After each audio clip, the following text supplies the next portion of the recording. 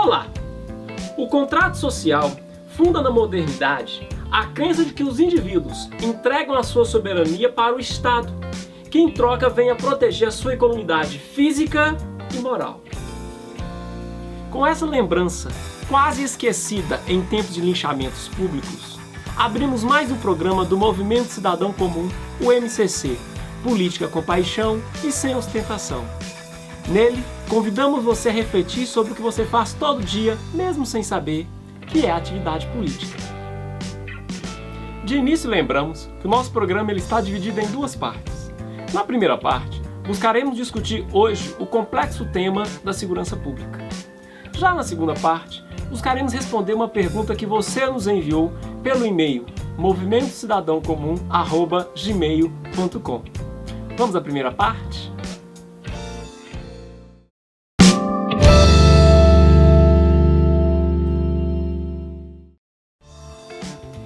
Em 5 de outubro de 1988, buscando romper com o legado autoritário da ditadura militar, a nação brasileira estabeleceu na atual Constituição que a segurança pública é dever do Estado, direito e responsabilidade de todos, exercida para a proteção da ordem pública e da incolumidade das pessoas e do patrimônio, por meio das polícias e dos corpos de bombeiro. Daí, o constante e crescente noticiário que vemos todo santo dia relacionado com o aumento das taxas de criminalidade, o aumento da sensação de insegurança, a degradação do espaço público, a violência policial, a ineficiência preventiva de nossas instituições, a superpopulação dos presídios, rebeliões, fugas, degradação das condições de internação dos jovens infratores, corrupção, aumento dos custos operacionais do sistema, entre outros, representam um desafio para o sucesso da consolidação da democracia no Brasil. Por isso, a segurança pública não pode ser um assunto somente para especialistas num eterno debate entre o direito penal mínimo de matriz europeia ou do movimento da lei da ordem de matriz norte-americana, para ser um assunto de todo e qualquer cidadão comum. Por isso, o Movimento Cidadão Comum defende a adoção da inserção da ciência comportamental nas políticas de segurança pública como diretriz estruturante.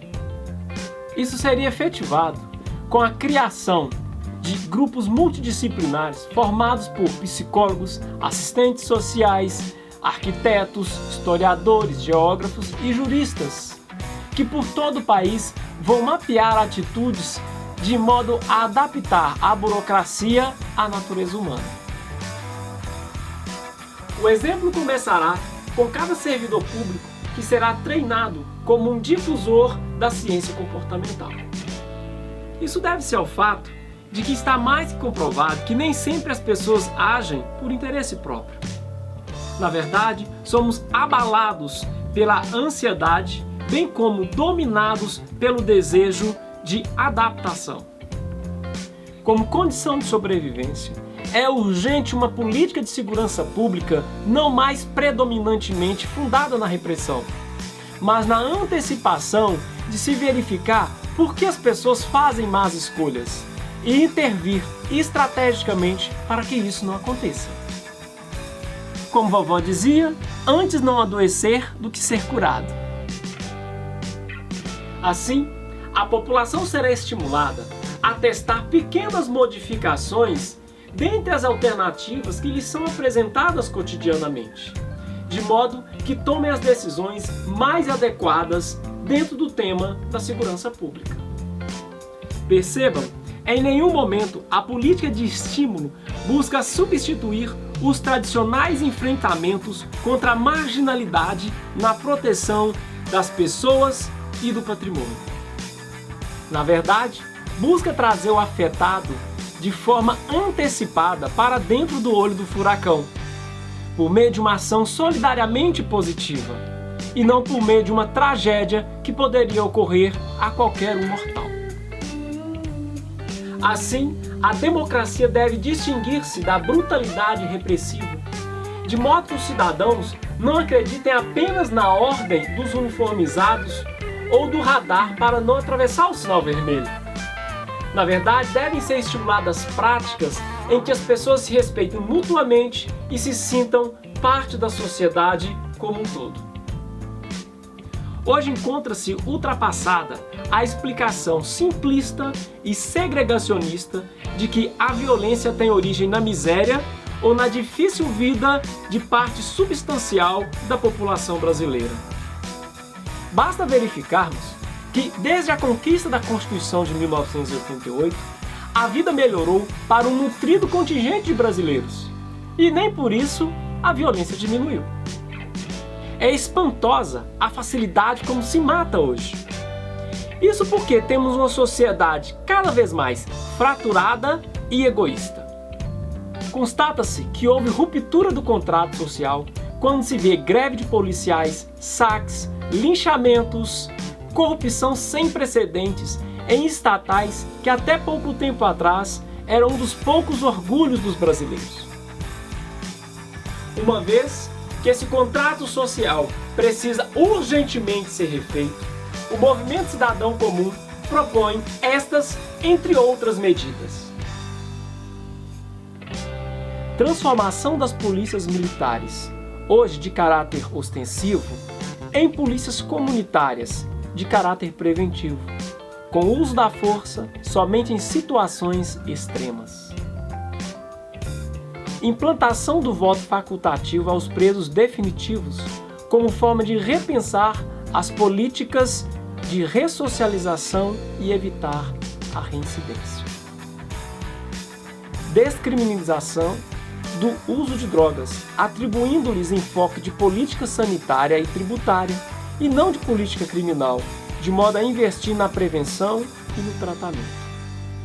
Criação de uma equipe nacional de percepções comportamentais e de estímulos com estrutura e orçamento próprio ligada ao Ministério da Justiça. Seu objetivo é reduzir os procedimentos burocráticos, adaptá-los melhor às necessidades humanas e modificar comportamentos na direção da solidariedade. Demonstrar que a impunidade e não a gradação de penas como fator de incrementação da violência contra as pessoas e o patrimônio. Melhores salários e treinamento para os conselheiros tutelares, guardas municipais, agentes penitenciários e policiais. Mais qualidade e menos quantidade na segurança pública.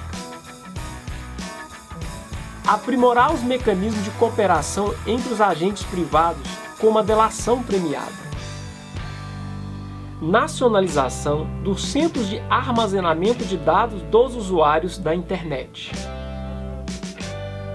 Assim vamos para a segunda parte do nosso programa para respondermos a uma pergunta que você nos enviou.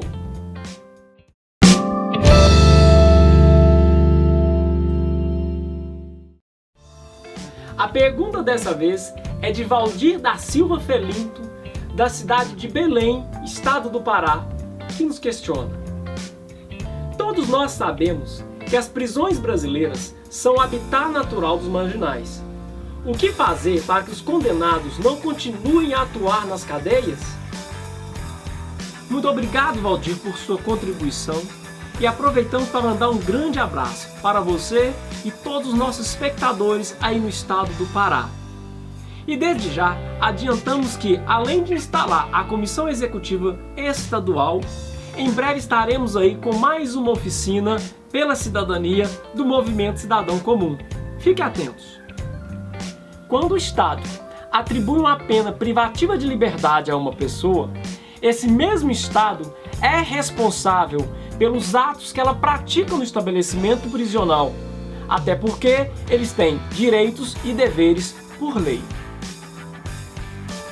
Assim, verifica-se o quanto estamos sendo lenientes com essa situação, ao deixar de utilizar maciçamente a tecnologia de bloqueamento de celulares, bem como a utilização da inteligência para desbaratar as quadrilhas e as ramificações das quais os condenados pertencem. E o mais importante, O Estado atualmente não tem pernas para perseguir o dinheiro sujo desse quarto setor, oriundo de atividades como tráfico de drogas, de pessoas, prostituição e corrupção, além dos cybercriminosos que estudam pontos cegos da internet na busca de lucro fácil. Bem, amigos, chegamos ao final de mais um programa. Lembrando que você pode se inscrever no nosso canal no YouTube, bem como curtir a nossa página no Facebook, enviando para nós críticas, sugestões, complementando nossas abordagens, bem como fazendo suas perguntas. Aguardo vocês, até a próxima, integre essa luta.